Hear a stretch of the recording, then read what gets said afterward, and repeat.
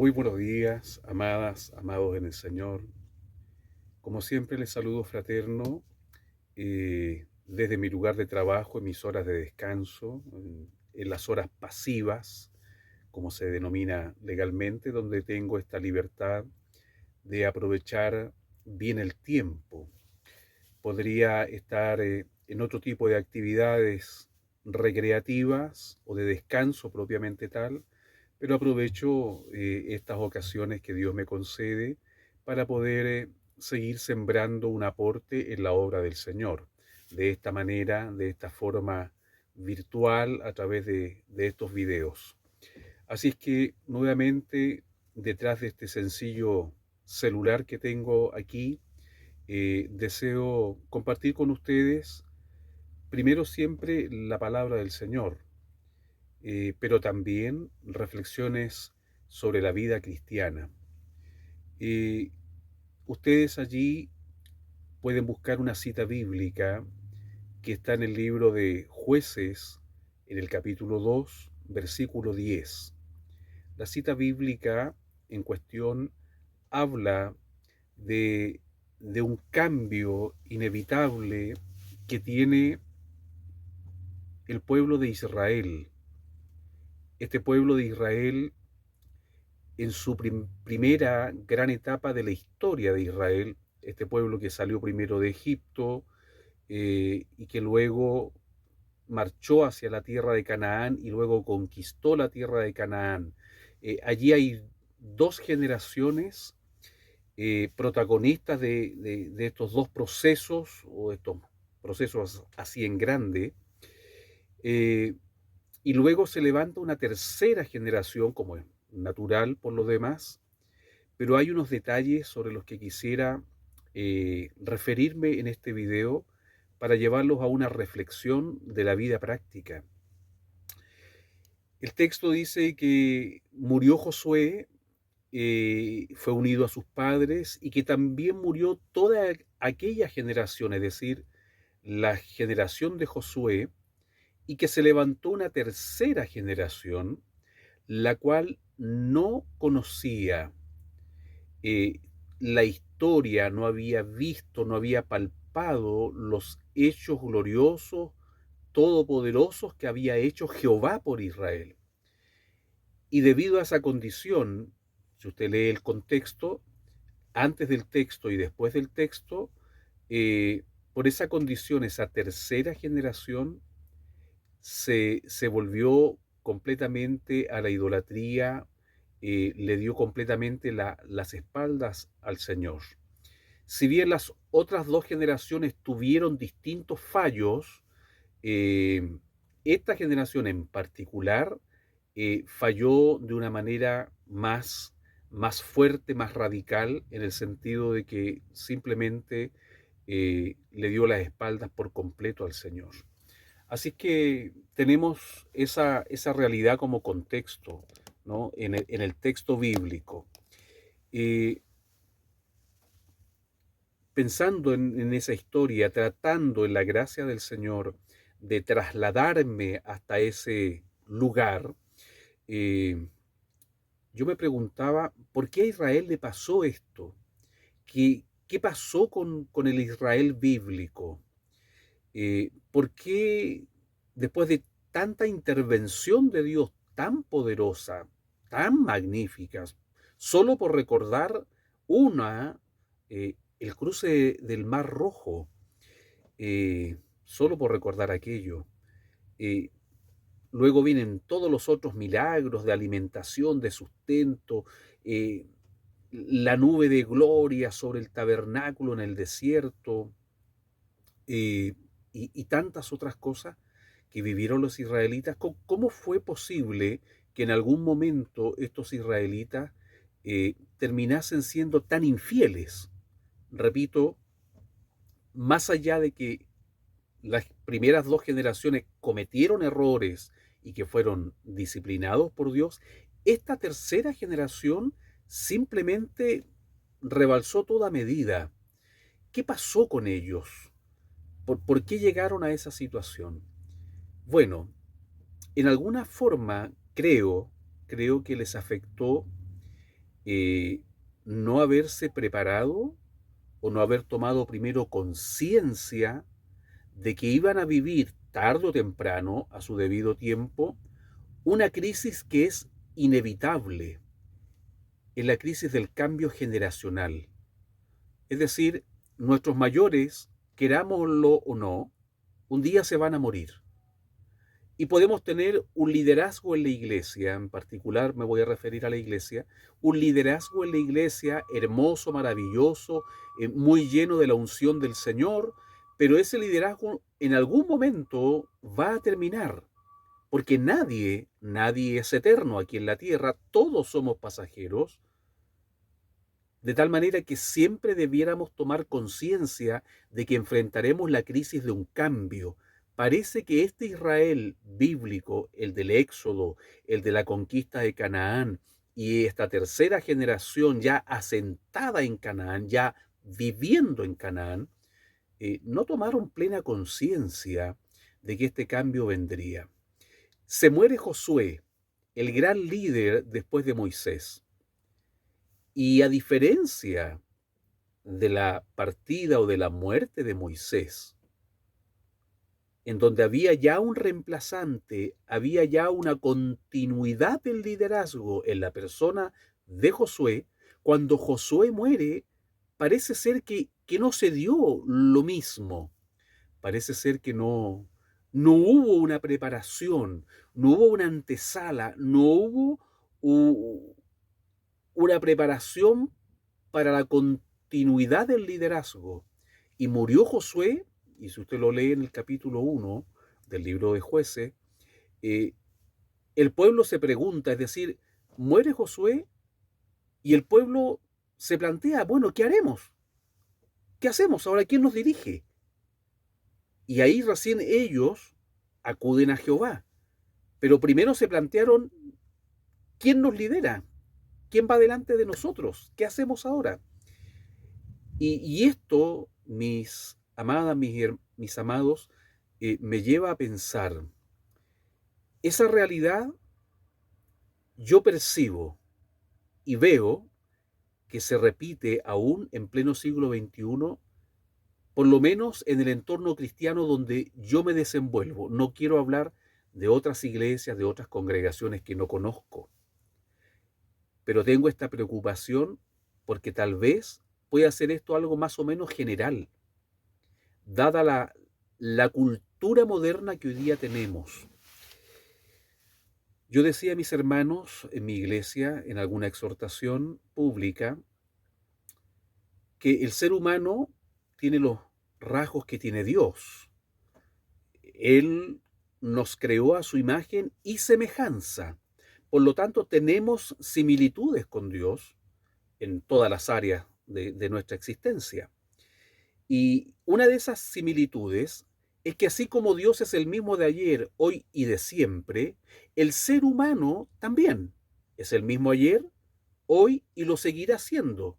Y en cualquier parte del planeta sigue siendo el mismo de ayer, hoy y lo seguirá siendo mañana, solo que pecaminosamente, solo que caído. ¿Y por qué digo esto? Porque lo que le pasó a Israel, al Israel bíblico, hace miles de años, ha sucedido muchas otras veces en la historia cristiana y nos puede volver a suceder o nos está sucediendo de alguna manera en pleno siglo XXI a las puertas del regreso del Señor. Esto de olvidarnos, esto de no volver a contar la antigua historia. Mis amados, eh, recibía de algún hermano palabras que daban cuenta de su pena, de su natural y legítima tristeza, porque sus padres ya son bastante ancianos y han entrado en esa etapa de deterioro de su salud física, eh, y entre otras cosas, tanto él como sus padres también, veían que la iglesia, donde ellos se desempeñaron por muchas décadas y donde fueron importantes obreros como matrimonio, en la obra del Señor, ahora desde esa congregación nadie les visita, ni siquiera el pastor. Y él tenía mucha pena. Entonces, eh, yo escuché sus palabras, escuché sus argumentos muy dolidos, repito, muy legítimos, porque es normal que nos dé tristeza, frustración, decepción, al plantearnos el tema de cómo mis padres, después que entregaron una vida entera a la obra del Señor, hoy día la iglesia no venga ni siquiera a saludarlos. Bueno, no quisiéramos que esto pasara, pero pasa. Y en muchas partes pasa y muy frecuentemente pasa. Y en este tiempo, sobre todo en esta cultura moderna de la inmediatez, de que todo es para ayer, todo es urgente, el afán, la competitividad, parece que ya nadie tiene tiempo para rememorar y para acordarse de las cosas buenas que hemos vivido como personas, como familias y como sociedad en el pasado. Y me refiero a la sociedad particularmente cristiana. Nosotros vemos que dentro de la cultura de cada país siempre hay fechas que tienen finalmente por objetivo, más que celebrar, recordar, rememorar, reivindicar la historia. Y nosotros, vuelvo a repetir también, en la congregación y en el entorno cristiano donde yo me desenvuelvo, parece que cada vez hay menos ocasiones para recordar, para hacer memoria de lo que fue antes y aprender de sus cosas buenas y también aprender de sus errores. Y en esto voy a tocar más o menos superficialmente un texto bíblico de Jeremías capítulo 6. Busque usted el versículo, vaya a Jeremías, lea su Biblia, muy conocido por todos nosotros, muy usado, incluso yo veo que hay iglesias que se llaman así, hay sitios en internet que usan este texto para tomar un título, las llamadas sendas antiguas. El texto reza, parafraseándolo un poco, mirar hacia atrás, hacia el pasado. Pero el problema está en que la interpretación de ese texto está equivocada, se lo digo con todas sus letras, está equivocada, porque la gran mayoría entienden y hemos sido enseñados también, y yo tuve que desentenderme de ese mal entendimiento. Aquí ese texto, el mensaje que tiene es que nosotros tenemos que volver a ser como los que fueron antes. Es decir, mira, recordemos al pastor fundador, recordemos a tu abuelita, a tu abuelito, recuerda a tu papá que ahora está viejito y tú esfuérzate por ser como ellos. Volvamos a las sendas antiguas, dicen muchos. Ese es un dicho ahora muy popular, muy conocido. Volvamos a la senda antigua. Volvamos a ser la iglesia primera, volvamos a ser como ayer. Eso está bien desde el punto de vista de la historia, del recordar, pero no es la interpretación del texto de Jeremías 6. Allí Jeremías está exhortando a Israel, a un Israel rebelde, porfiado, a que mire hacia atrás, a las sendas antiguas, es decir, a las anteriores generaciones de israelitas, para que vean cómo les fue a ellos cuando ellos también fueron rebeldes. Y a partir de ese análisis, dice el Señor por medio del profeta, vean ustedes cuál es el mejor camino a tomar. ¿Cometer los mismos errores de los antepasados o caminar conforme dice el Señor que hay que caminar? Miren para atrás, miren a las sendas antiguas y evalúen la historia. Y vean a través de esa evaluación cuál es el verdadero buen camino. Y ya sabemos la respuesta del Israel bíblico. Ellos dijeron, no andaremos, no haremos ese ejercicio. No vamos a mirar al pasado. Pero ese texto no enseña que hay que volver a ser como los del pasado, ni hay que retroceder en el tiempo, porque ustedes comprenderán que hacer eso tendría que remontarnos hasta la iglesia apostólica primitiva. Y yo no sé si hay genuinamente, debe haber, tal vez, espero que sí, alguien que esté dispuesto a vivir el cristianismo como se vivió en la iglesia apostólica, en la iglesia primitiva, donde primero que nada no habían templos, no había afán material como lo hay hoy día por doquier. La iglesia era una comunidad, no habían denominaciones, era una comunidad de creyentes que se visitaban entre sí, que viajaban en las ciudades y pueblos de la época, y su trabajo era ir predicando el evangelio, compartiéndolo persona a persona, pero principalmente con un testimonio de vida. Y eso les trajo a ellos tremendas persecuciones. Ellos vivían en vilo. Hoy día nosotros nos gozamos con las cartas de Pablo. ¿Sabe usted? Yo le invito a buscar el contexto histórico, si es que usted puede y quiere. Pero mandar una carta cristiana en la época de Pablo era un asunto de vida o muerte. El Imperio Romano capturaba esa carta y tenía argumentos para crucificar. Por lo tanto, quien escribía las cartas, quien las llevaba, eran cristianos muy valientes. Esa gente, esos hermanos, hermanas de la iglesia primitiva, vivían otro cristianismo. Increíblemente, sí, vivían otro cristianismo. Ellos se acostaban en la noche, cuando llegaba la hora del sueño del cuerpo, pensando y seguros de que en esa noche el Señor iba a venir por ellos. Es decir, ellos se acostaban pensando que al otro día o que iban a volver a despertar, pero en la presencia del Señor. Y si despertaban en las mañanas y estaban en esta tierra, ellos creían que durante ese día el Señor venía. Ellos no tenían la venida del Señor por tardanza, como la tenemos nosotros hoy día. Entonces, si nosotros tomamos el texto de Jeremías para decir que hay que volver atrás y vivir como los de antes, bueno, tendríamos que estar dispuestos a pagar ese alto precio, despojarnos de todo. Recuerde que los primeros cristianos se despojaban de todo, simplemente para servir al Señor y para esperar al Señor.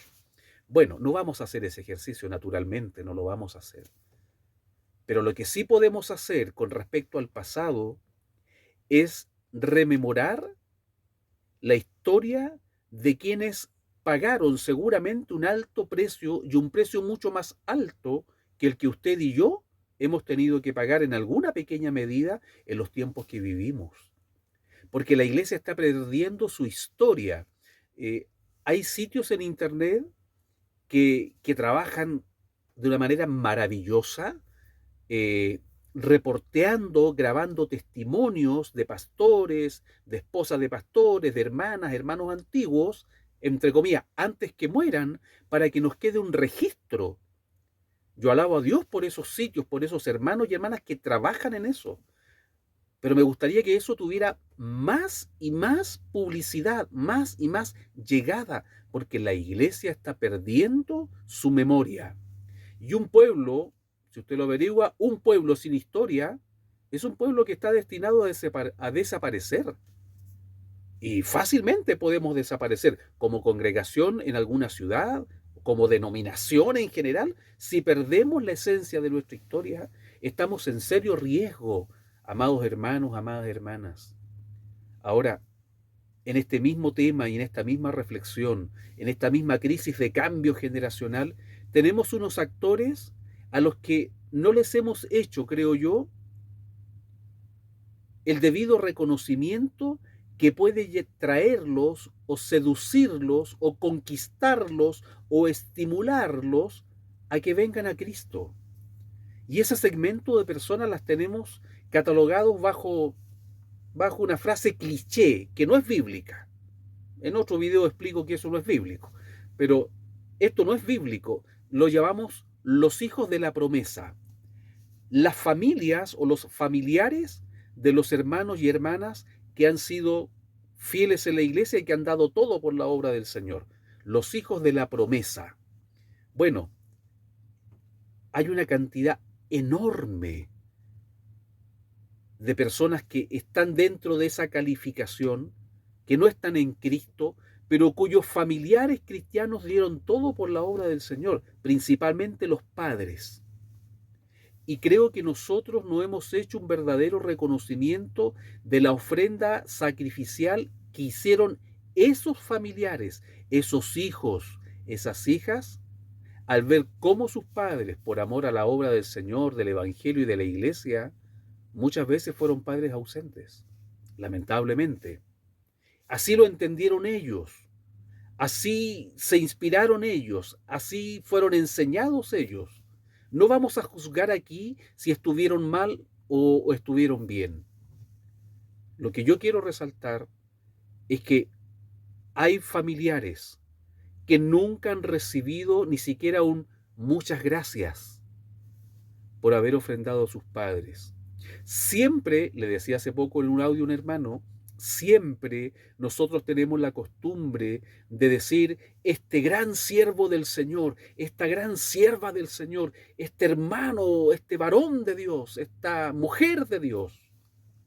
Tenemos esa costumbre.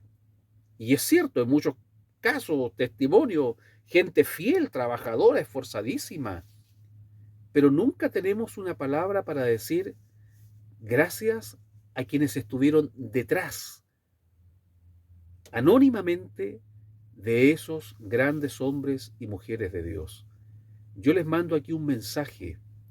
Si alguno de ustedes es uno de esos familiares que vio con tristeza, con pena partir a sus padres, si usted es de esos familiares que buscó a papá, que buscó a mamá, y se encontró con que ellos estaban en la obra, como pastores, como misioneros, o que estaban en la iglesia como hermanas, como hermanos, cuando tal vez usted quiso salir de paseo con ellos y el papá no estuvo, porque estaba ocupado en la iglesia.